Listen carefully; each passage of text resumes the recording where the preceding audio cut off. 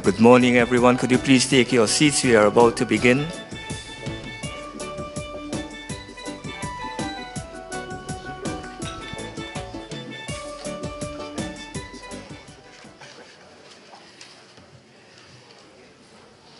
Good morning. We are about to start the 30th Inter-Sessional Conference of the Heads of Government of the Caribbean Community, taking place at the St. Kitts Marriott Resort in the Royal Ballroom.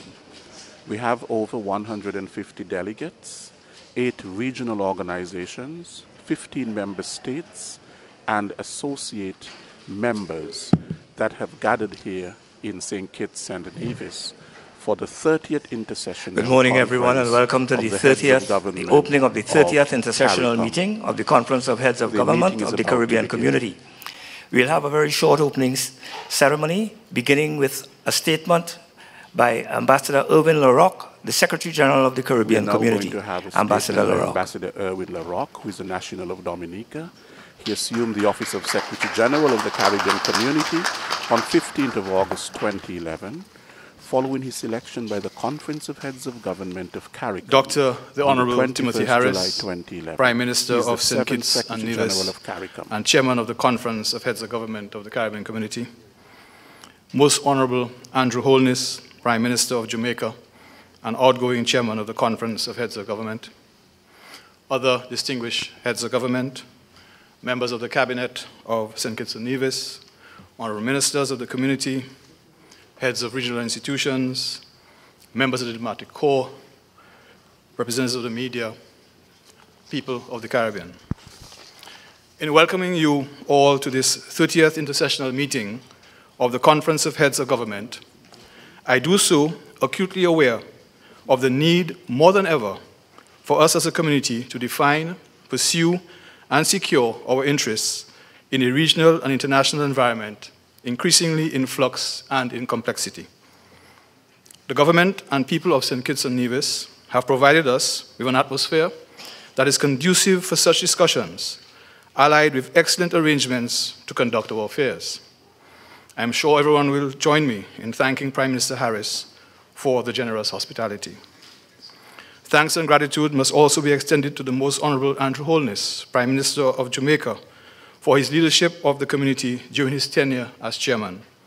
Significant progress was made on some long-standing regional issues, and our voice was heard in prominent global fora. Thank you, Prime Minister. That leadership role has been passed seamlessly to the Prime Minister of St. Kitts and Nevis, Dr. Harris, Prime Minister Harris, who has taken in stride a hectic and challenging schedule that has been thrust upon him due primarily to events in our wider region over the past 2 months. Principal among those has been the efforts to secure a peaceful resolution of the crisis that has engulfed our neighboring country, Venezuela.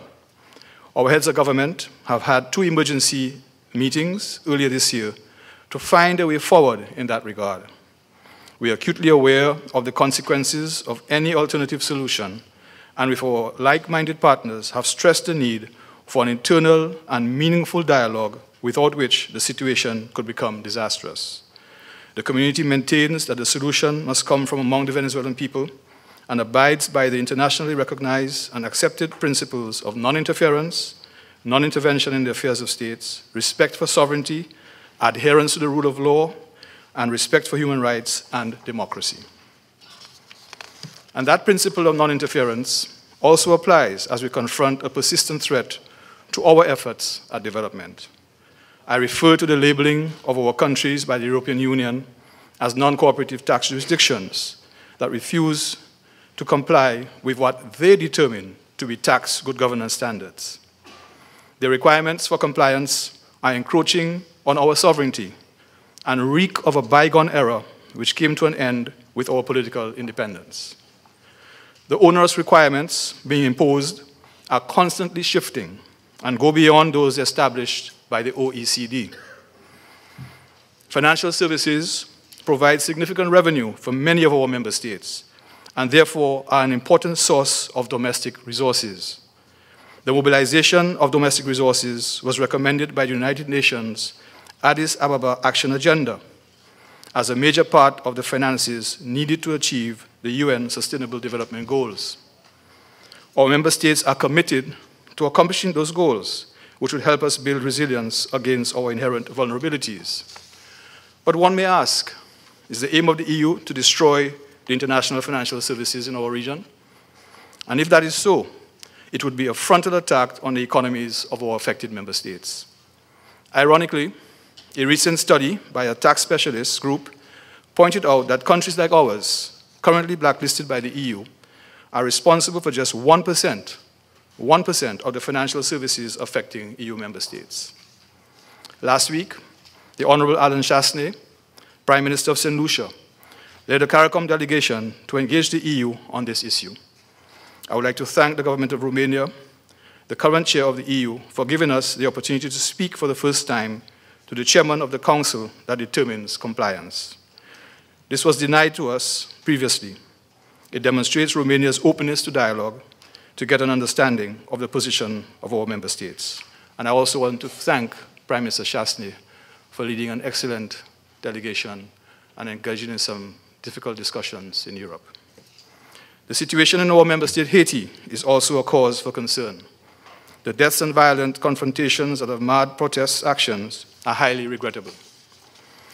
The community reiterates its call for calm and a cessation of the violence and appeals to all involved to engage in constructive dialogue to respect the Constitution, the rule of law, and democratic processes so that issues can be resolved in a peaceful atmosphere and allow for the return to a state of normalcy.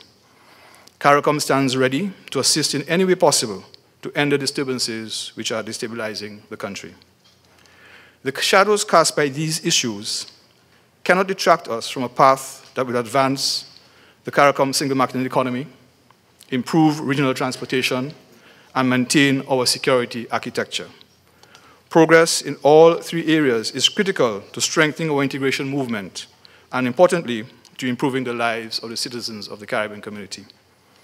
Since the heads of government met in special session on the CSME last December, the councils of the community have been engaged in seeking to ensure that the mandates set out are fulfilled.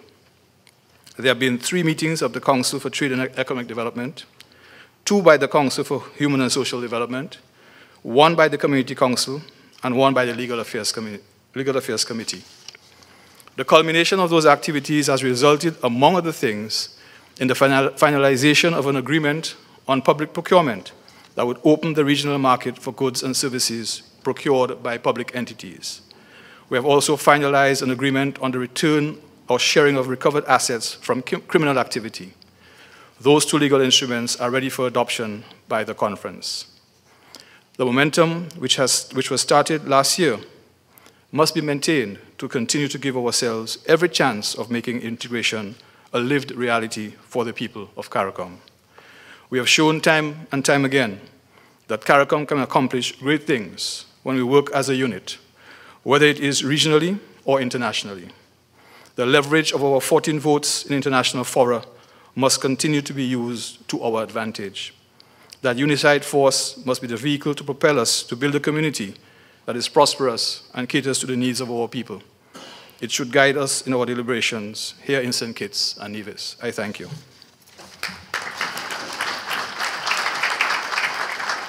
To the meeting of the Ambassador Erwin Lerock. Thank you, Secretary General. I now invite the immediate past chair of the community, the Most Honorable Andrew Holness, the Prime Minister of Jamaica, to address us.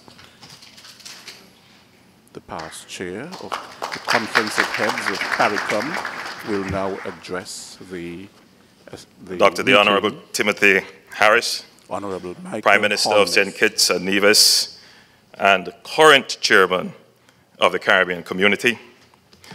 Your Excellencies, colleague heads of state and government, Ambassador Erwin Lerock, CARICOM Secretary General, ministers of government, heads of other regional organizations, high commissioners, ambassadors, and special emissaries, distinguished delegates, members of the local and international media, ladies and gentlemen, good morning. On behalf of the Jamaican delegation, I must first express deepest appreciation to the government and people of St. Kitts and Nevis for the warm welcome and hospitality, and for the gracious arrangements that have been made for our stay in your beautiful country. As outgoing chairman, I wish to thank my colleague heads of government for their support and assistance during my tenure. You have given of your advice and expertise and have been ever ready to help in the service of our great region. I must also thank the Secretary General, Ambassador Larocque, and his team for their untiring professional support, as well as our development partners from the international community for their continued valuable assistance to the region. Excellencies, ladies and gentlemen, we are living in unusual times. Seismic shifts are taking place in the international system, a system which now finds itself in profound instability and uncertainty. Great power competition, increasing suspicion, and surges of nationalism and populism have put the current international order under strain.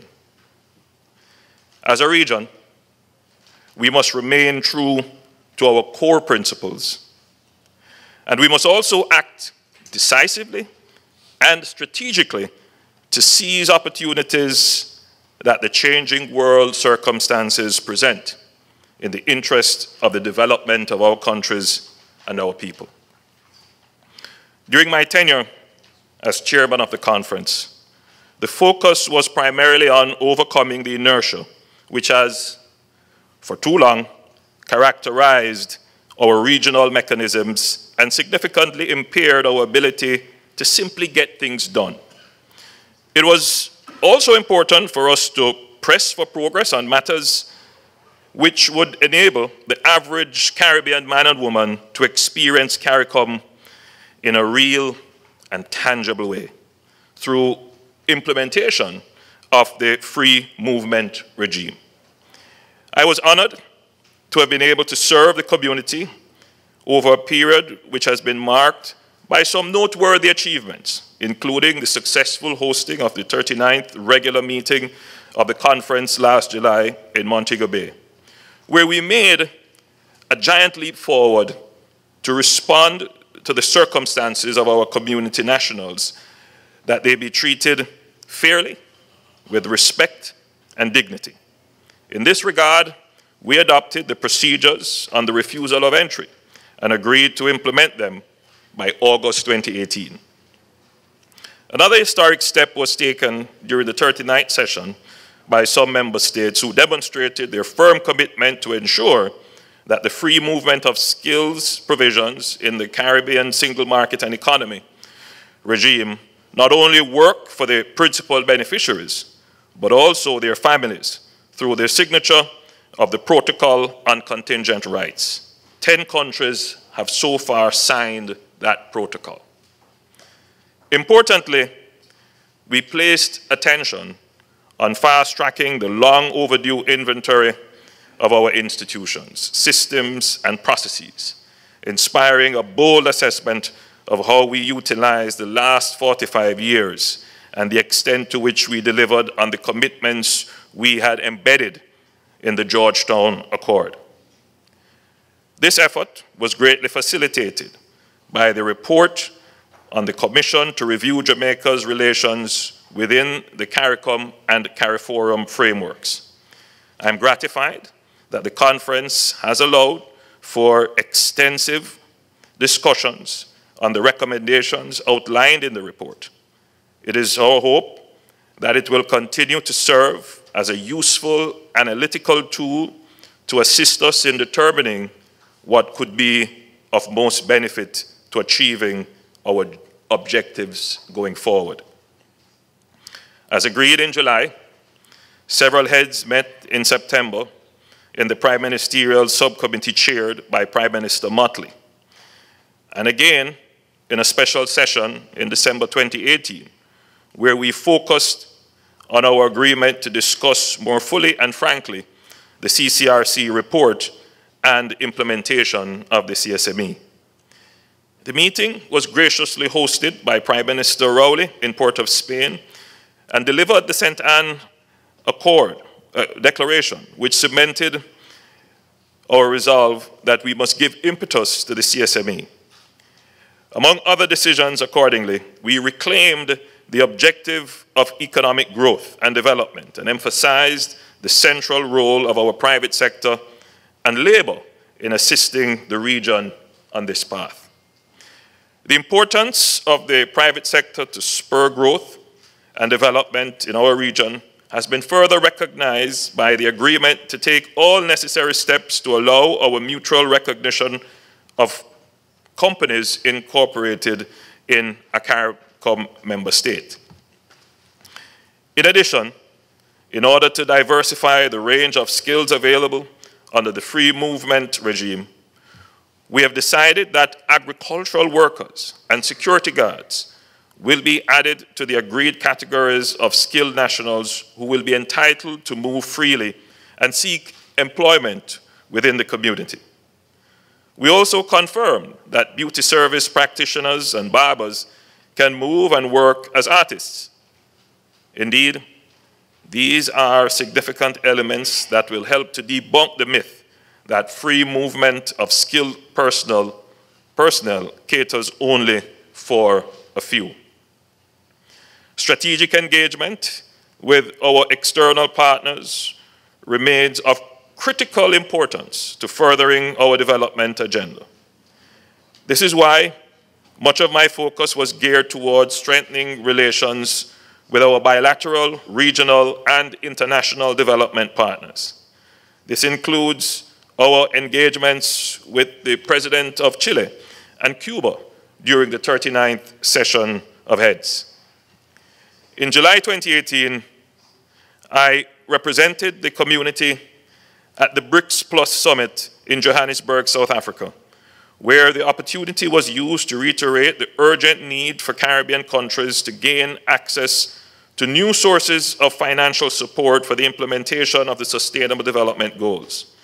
I assured them that CARICOM stands ready to work with our partners in support of multilateralism to further the cause of sustainable and inclusive economic development and to translate our support into action and prosperity for our peoples. In November 2018, I represented our community at the G20 summit in Buenos Aires, and it was a fruitful engagement. As I had reported to the 18th special session, I had the opportunity to speak to the plenary on two topics that are of critical importance to our community: the issue of the vulnerability of small developing states of the Caribbean to the effects of climate change, and the need for the transition to clean and sustainable sources of energy, particularly renewables. With specific reference to climate change, I was able to have my first meeting with President Macron of France, where we were joined by UN Secretary General Antonio Guterres to discuss the modalities for leading our joint mandate to galvanize the US $100 billion committed almost 10 years ago by the developed world. In conclusion, having made these bold steps and issued our strong joint recommitment to the regional process, it would be a disservice to ourselves and to our people if we do not deliver. It falls to us now to ensure that our collective visions are always balanced by monitoring our actual achievements and evaluating our capacity to implement. We're getting off the mark has been slower than anticipated. We must then lengthen our stride. Even if the wicket is sticky, we must face the challenges bravely, with success as our goal. Jamaica is honored to have been entrusted by all of you to serve as chair. PM Harris, my team and I look forward to working with you and the Secretariat in our continued effort to deliver prosperity for our people. We wish you every success during your tenure as chair. Thank you. Minister Holmes is the outgoing chairman of the Conference of Heads of CARICOM. The incoming chairman is Prime Minister of St. Kitts and Nevis. Thank you, Prime Minister. We will now invite the chairman of the Caribbean Community, the chairman of the Conference of Heads of Government of the Caribbean Community, Dr. the Honorable Timothy Harris, Prime Minister of St. Kitts and Nevis, to address us. The People's Action Movement, the Concerned Citizens Movement, and the People's Labour Party. Thank you very much, Mr. Chairman. Your Excellencies, Heads of Government of the Caribbean Community, Ambassador Owen LaRock, Secretary General of the Caribbean Community, other heads of delegation, cabinet colleagues, representatives of the diplomatic and consular corps, representatives of regional entities, and I want to mention in particular we have CDB, Impacts, RSS, the University of the West Indies, the Eastern Caribbean Central Bank, the OECS Commission, CAFA, representatives of labor and industry and commerce, friends of the media, and the people of the Caribbean.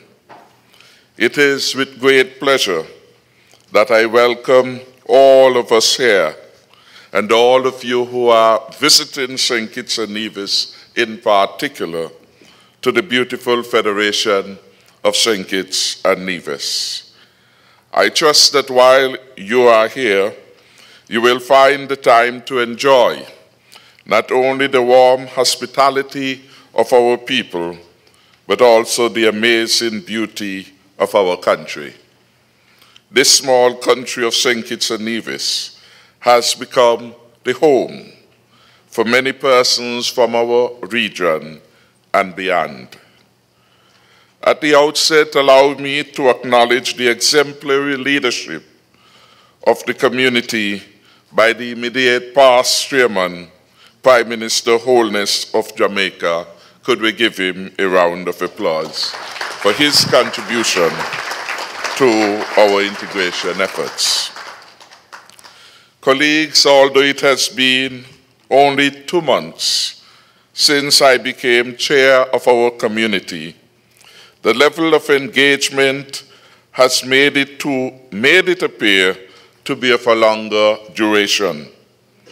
During the time, we have had 2 special meetings of the conference, and I, along with Prime Ministers of Barbados and Trinidad and Tobago, and the Secretary General, traveled to New York on behalf of the community to meet with the United Nations Secretary General, another high representative there, and later we traveled to Montevideo, Uruguay. All of this we had done to put forward the community's case with respect to developments in Venezuela.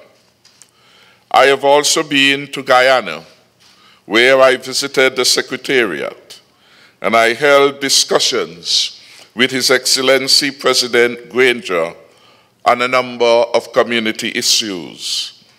I took the opportunity on behalf of the Conference of Heads of Government, and indeed the entire CARICOM family, to wish President Granger well and a full recovery as he goes through his course of treatment. While in Guyana, I also called on the leader of the opposition, Mr. Barrett Jagdeo.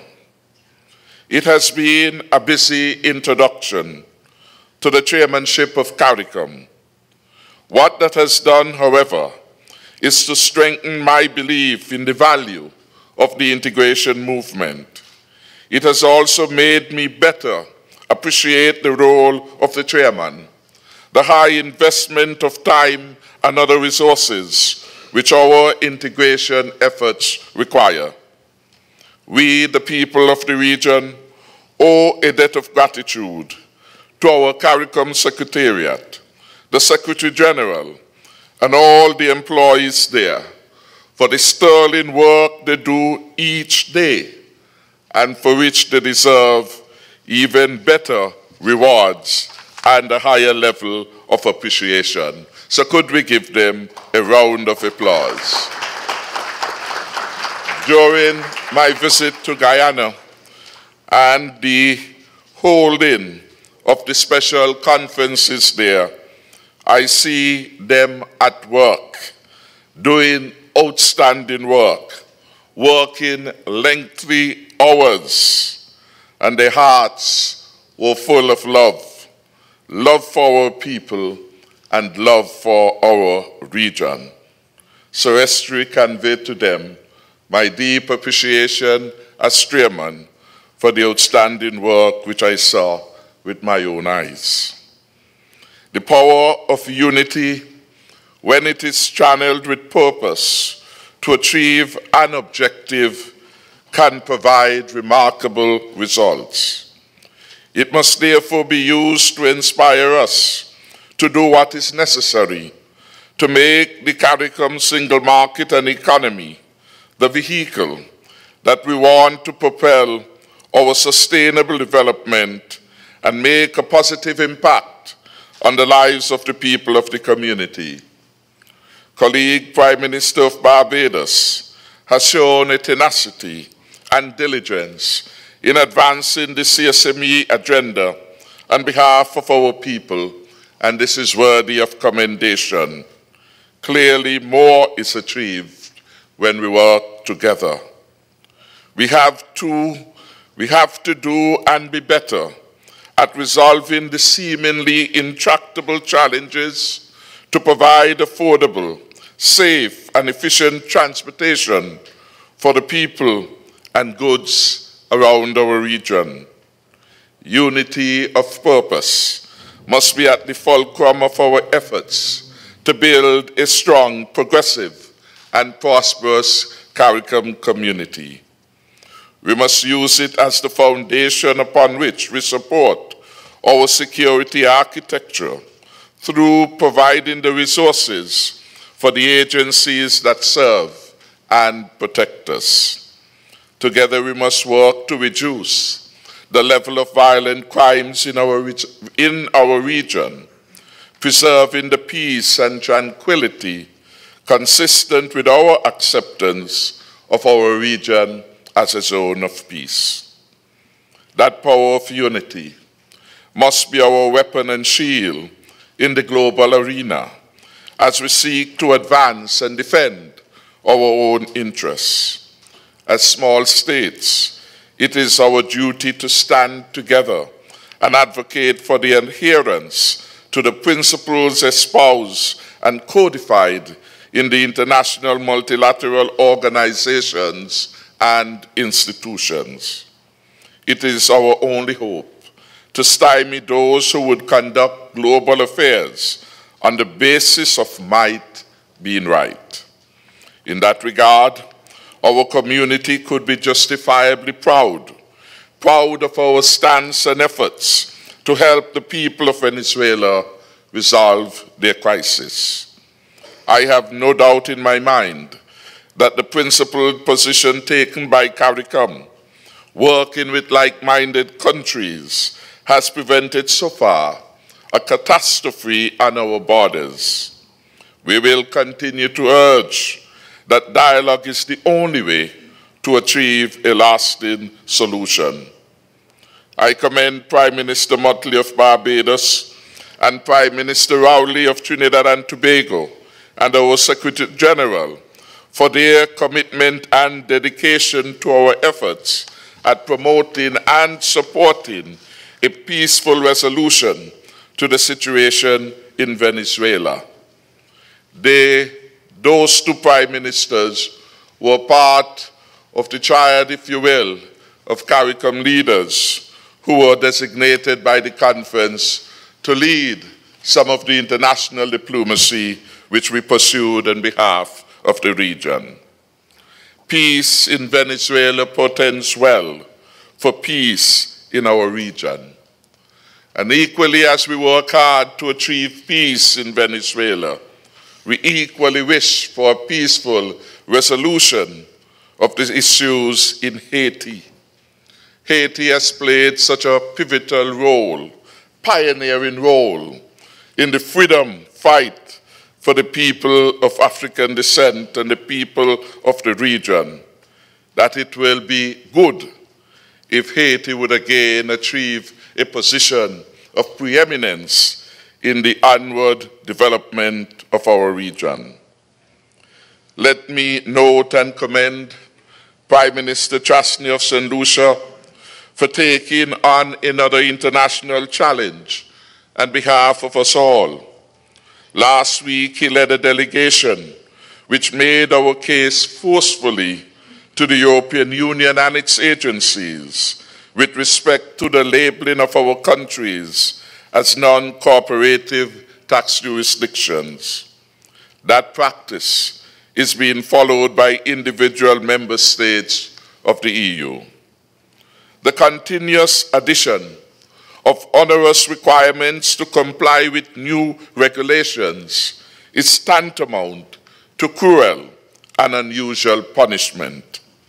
The EU and its member states are going well beyond the regulations and requirements of the OECD, of which they are a part, and with which our countries are largely compliant.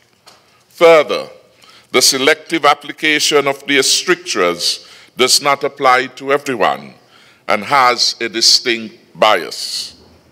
These unbridled attacks on our sovereignty and disturbing intrusion in our internal affairs hark back to a different era of us having to heed the dictates of our colonial masters who imposed mercantile laws that restricted our development scope and space. The question that must be asked is this: why are the revenue earning measures of small states within the Caribbean community and elsewhere being deliberately targeted? The EU preferences for sugar and bananas have long gone. Our financial services are under consistent threat.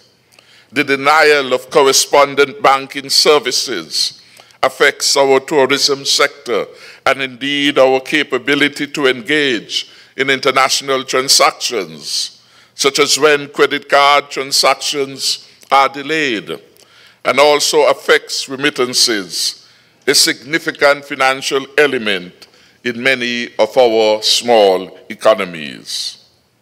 Our Citizenship by Investment program is being attacked. Ship flagging is being questioned. In some, stumbling blocks are being put in our development pathways.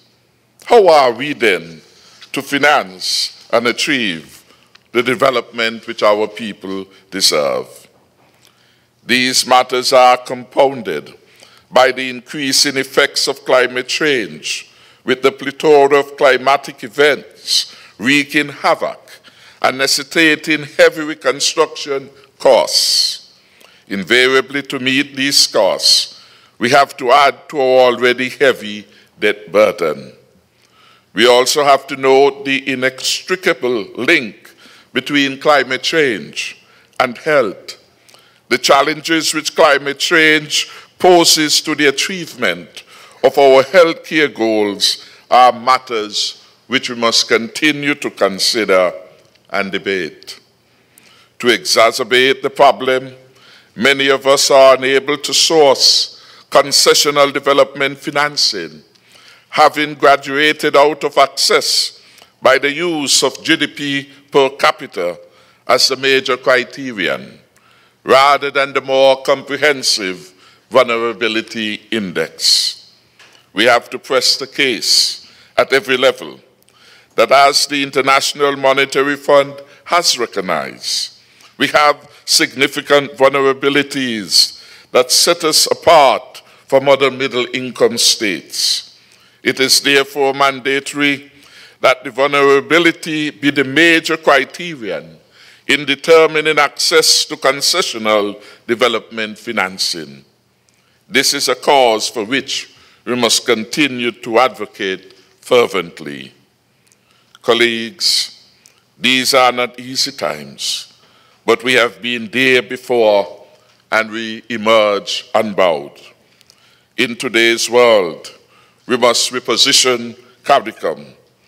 To do so, we must harness our collective wisdom, identify our competitive strengths, and use our creativity to carve out a space for us to thrive. But even as we pursue that goal, we must also confront the inequities being visited upon us by forging strong alliances, by strong, sustained advocacy, and by cleverly using the avenues open to us to contest the unjust actions of the international community. Innovative thinking and intellectual capacity do not have borders and are not constrained by punitive, idiosyncratic rules and regulations. Our community possesses enough of both to design solutions and craft responses to the challenges that have been thrust upon us. Colleagues, these are the realities of life, of a small state in today's world. None of us could survive and prosper individually. Together we can forge a path and find creative solutions to ensure progress towards sustainable development. That will be a true demonstration of the power of unity. Finally, I wish that this inter-sessional meeting be crowned with outstanding progress for the CARICOM community and, most importantly, for the people of our region. I thank you. We